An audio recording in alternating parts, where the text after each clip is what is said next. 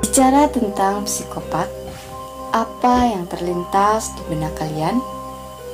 Orang gila?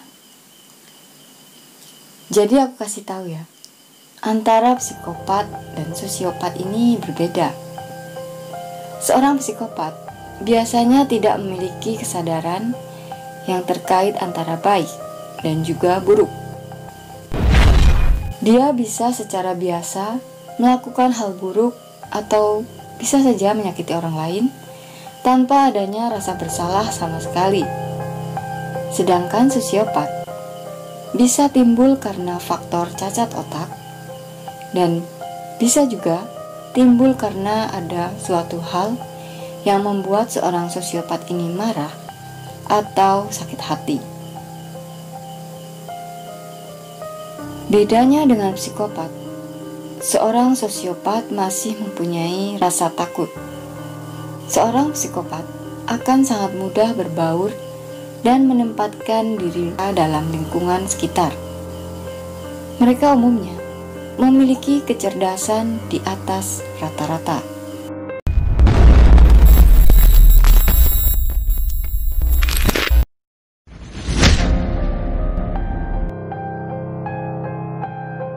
Hai Sobat Malam, kembali lagi di ONB History.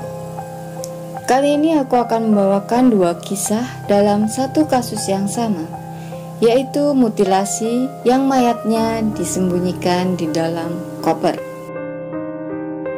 Kasus yang pertama adalah kasus yang masih viral belakangan ini, yaitu kasus Kalibata City. Dan kasus yang kedua adalah pelaku pembunuhan di dalam koper yang ditemukan oleh pengguna aplikasi Randonautica. Masih ingat nggak nih? Hotel Kalibata City yang berada di kawasan Jakarta Selatan ini kembali menghebohkan karena ditemukan sebuah koper yang berisi potongan tubuh mayat seorang pria, geng. Gimana kisah selengkapnya? Yuk langsung aja kita bahas. Tapi klik subscribe dulu ya, agar kami lebih semangat lagi bikin kontennya. Dan klik lonceng notifikasinya juga dong, agar kalian tidak ketinggalan info-info menarik dari kami. Jangan lupa klik tombol like jika kalian suka dengan konten video yang seperti ini.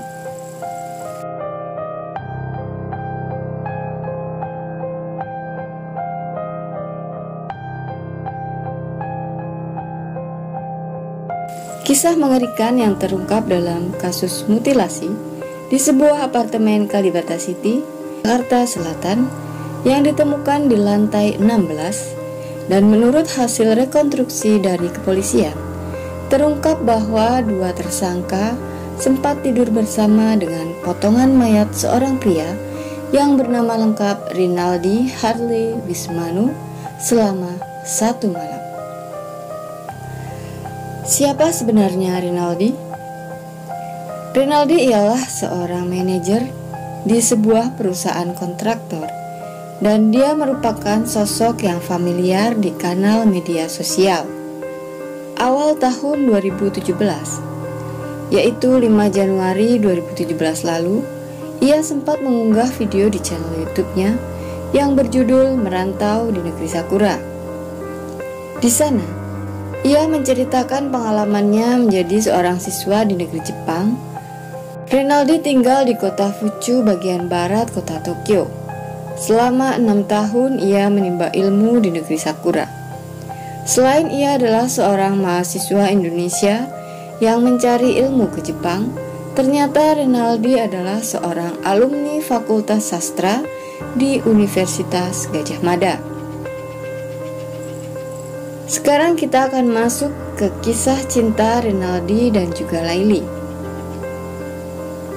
Perlahan terkuak misteri di balik pembunuhan sadis yang terjadi di apartemen Pasar Baru, Jakarta Pusat.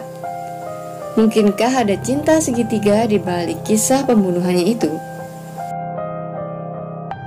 Jumadil Al-Fajar atau biasa disebut Fajar, berusia 26 tahun, ternyata sudah memiliki seorang istri. Namun Fajar juga memiliki wanita lain. Dan wanita tersebut ialah Laili Ati Suprihatin yang berusia 27 tahun dan tak lain ialah kekasih Rinaldi. Mereka berdua bersekongkol merencanakan pembunuhan tersebut yang menurut kabar dari berbagai sumber motifnya ialah ekonomi. Jadi Fajar dan Laili ini tinggal dalam satu kamar kos. Mereka terdesak belum membayar kos-kosan dan juga membutuhkan uang untuk memenuhi kebutuhan sehari-hari mereka. Selama mereka tinggal di kos, ternyata yang memenuhi kebutuhan sehari-hari mereka ialah penghasilan dari Laili, karena Fajar hanya bekerja sebagai serabutan dan menjadi tukang ojek. Keduanya kemudian berniat untuk melakukan pemerasan terhadap Rinaldi yang menjadi kekasih Laili dan menguras habis hartanya. Jadi Rinaldi dan Laili ini sudah menjalin hubungan sejak 1 tahun lalu. Mereka dipertemukan melalui sebuah aplikasi media sosial Tinder sekitar setahun yang lalu. Sebelum kejadian itu terjadi, pada tanggal 6 September mereka berdua sempat chattingan, dan di tanggal 7 sampai 8 September pun mereka sempat bertemu. Ternyata modus pertemuan tersebut telah direncanakan Laili dan juga Fajar. Pertemuan mereka hanya untuk mencari akses, dan salah satunya ialah nomor PIN ATM Rinaldi. Kemudian di tanggal 9 September, Laili dan Rinaldi masuk ke apartemen Rinaldi. Dan sebelum mereka masuk, ternyata Fajar sudah berada di dalam kamar apartemen Rinaldi tersebut.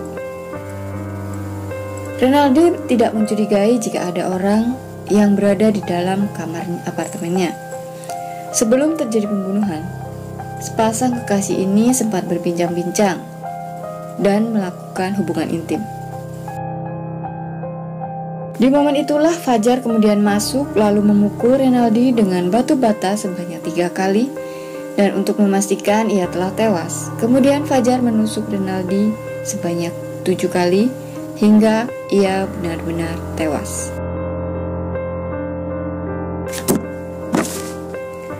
Kemudian mereka berdua menyembunyikan jasad Rinaldi di dalam kamar mandi.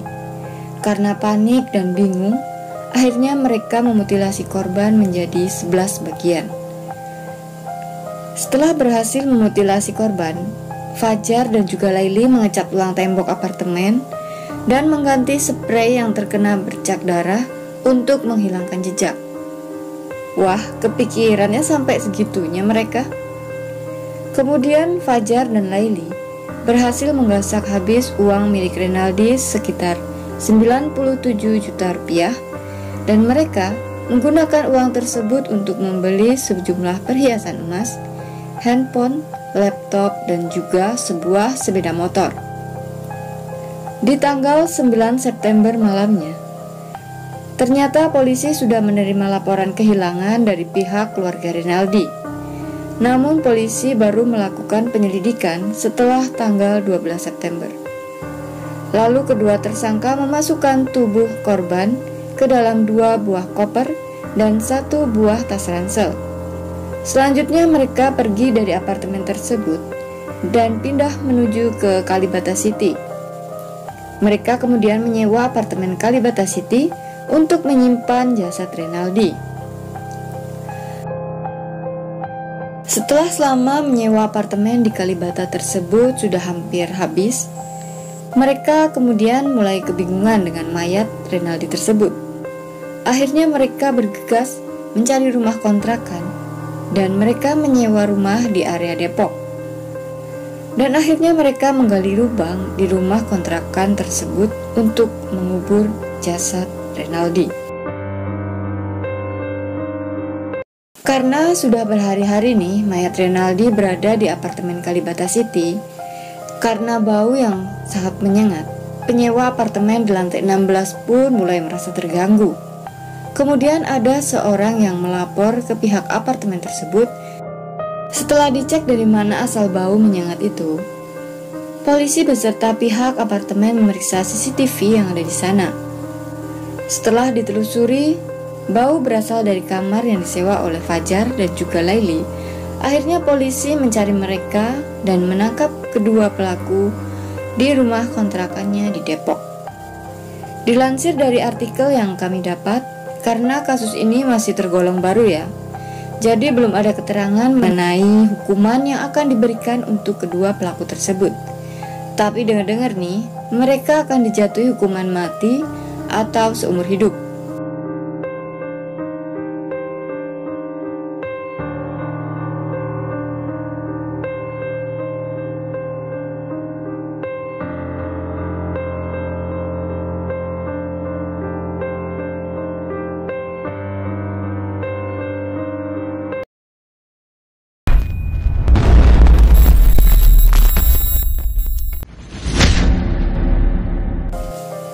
Kita berlanjut ke kasus yang kedua.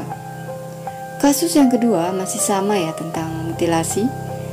Tapi kali ini bukan di Indonesia, geng. Kalian masih ingat gak tentang video yang pernah aku bahas tentang penemuan mayat di koper yang ditemukan oleh beberapa pemuda melalui sebuah aplikasi Randonautica? Nah, kasus penemuan mayat ini sempat viral di TikTok beberapa bulan lalu, yang mana ada beberapa pemuda yang mencoba menggunakan sebuah aplikasi random Randonautica dan mereka menemukan sebuah koper di tepi dermaga di negara Washington, Amerika Serikat, yang ternyata itu berisi potongan-potongan tubuh manusia. Kembali ke misteri kopernya ya.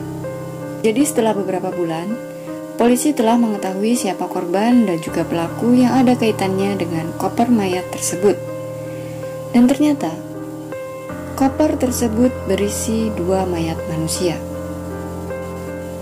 Yang korban pertamanya sendiri bernama Jessica Louise, berusia 35 tahun, dan korban yang kedua ialah kekasih Jessica yang bernama Austin Winner atau biasa dipanggil Cass, yang berusia 27 tahun. Jessica Louise adalah seorang wanita yang berasal dari kota Meadville, Washington DC, dan dia mempunyai 4 orang anak. Jessica ini bekerja sebagai seorang perawat untuk lansia dan juga disabilitas. Selain cantik, Jessica juga dikenal sebagai orang yang sabar dan juga orang yang penyayang. Dan Cass pun berasal dari kota yang sama dengan Jessica. Mereka sudah menjalin hubungan selama 8 tahun. Dari otopsi yang dilakukan, ternyata mereka berdua ini tewas karena ditembak. Jessica sendiri ditembak sebanyak 7 kali dan Cass ditembak 1 kali. Dan sepertinya si pelaku penembakan tersebut menyimpan dendam tersendiri sama Jessica. Sebenarnya, mayat yang diletakkan di tepi dermaga itu kejadiannya baru beberapa saat setelah kejadian penembakan tersebut. Dan mayat itu sengaja ditempatkan di sana karena si pelaku berpikir itu mungkin termasuk sebuah ancaman untuk keluarga Jessica. Duh, udah kayak film serial killer gini ya. Ada kode-kode ancamannya segala. Akhirnya pada tanggal 8 Juli, tante dari Jessica yaitu Gina Jess menggalang sebuah dana yang nantinya uang itu akan diberikan pada seseorang yang bisa memberikan petunjuk siapa pelaku pembunuhan Jessica dan juga kekasihnya tersebut. Uang tersebut sebesar 10.000 US dollar atau setara dengan 145 juta rupiah. Polisi akhirnya menemukan beberapa bukti setelah menggeledah tempat Jessica dan juga Cass. Yang diketahui, motif pembunuhannya ialah dendam. Akhirnya pada tanggal 19 Agustus 2020 kemarin, polisi berhasil menemukan pelaku pembunuhan Jessica dan kekasihnya, yang diketahui bernama Michael Dudley, yang dimana beliau adalah pemilik rumah yang disewa oleh Jessica dan Cass. Menurut cerita dari mantan pacar Michael itu sendiri, Ia adalah sosok yang temperamen dan suka berlaku kasar. Michael pernah didakwa dalam kasus penganiayaan di tahun 2016. Dan pada 24 Agustus 2020, Michael kembali didakwa dengan kejahatan berlapis. Selain itu, dia juga harus membayar denda sebanyak $5 juta.